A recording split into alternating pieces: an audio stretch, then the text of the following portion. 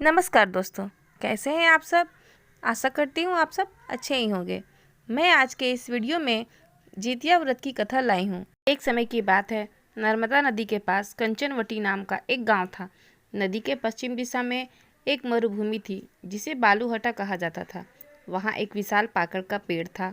उस पेड़ पर चील रहती थी और पेड़ के नीचे खोखर था जिसमें सियारिन रहती थी। चील और सियारिन में गहरी दोस्ती थी। एक बार दोनों ने मिलकर कुछ स्त्रियों को जितिया व्रत करते देखा। तब उन्होंने यह व्रत करने का संकल्प लिया। फिर दोनों ने भगवान जिमुत वाहन की पूजा करने के लिए निर्जला व्रत रखा। व्रत के दिन उस नगर के बड़े व्यापारी की मृत्यु हो गई और व्यापारी का दाह संस्कार उसी मरुभूमि पर किया गया। दिन बीतने के बाद जब रात हुई, वहाँ मौसम खराब हो गया। बिजली कड़कने लगी और बादल गरजने लगे। वहाँ पर बड़ा तूफान आ गया। अब सियारिन को भूख लगने लगी। मुर्दा देखकर वह खुद को रोक न पाई। उसने व्यापारी के अध जले शरीर को खा लिया और उसका व्रत टूट गया। पर चील ने संयम रखा, नियम व श्रद्धा से अगले दिन व्रत का पालन किया। कुछ दिनों बाद दोनों की मृत्यु हो गई। अगले जन्म में दोनों सहेलियों ने ब्राह्मण के परिवार में 2 पुत्रियों के रूप में जन्म लिया। चील बड़ी बहन बनी और उसका नाम शीलावती रखा गया। शीलावती की शादी बुद्धिसेन के साथ हुई। सियारिन छोटी बहन के रूप में जन्मी और उसका नाम कपूरावती रखा गया। उसकी शादी नगर के राजा मलयकेतु से हुई। अब कपूरावती कंचनवटी नगर की रानी बन गई।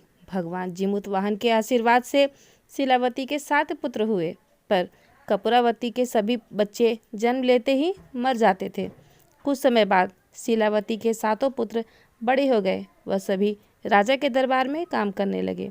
कपूरावती के मन में उन्हें देखकर ईर्ष्या की भावना आ गई और उसने राजा से कहकर शीलावती के सभी पुत्रों के सर कटवा दिए और उन्हें 7 नए बर्तन में रखकर लाल कपड़े से ढककर शीलावती के पास भिजवा दिया। यह देखकर भगवान जिमुत वाहन ने मिट्टी से 7 भाइयों के सिर बनाए और सभी के सिर को उनके धड़ से जोड़कर उन पर अमृत छिड़क दिया, जिससे सभी के शरीर में जान आ गई और शीलावती के 7 पुत्र जिंदा हो गए और अपने घर लौट आए।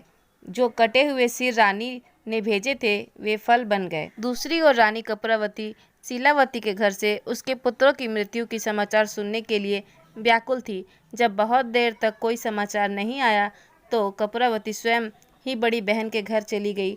वहाँ सबको जिंदा और खुश देखकर वो बेहोश हो गई। जब उसे होश आया तो अपनी बहन को सारी बात बता दी। उसे अपनी गलती का पछतावा हो रहा था। भगवान जिमुत वाहन की कृपा से शीलावती को पूर्वजन्म की बातें याद आ गई। वो कपूरावती को लेकर उसी पाकड़ के पेड़ के पास गई और उसे सारी बात बताई।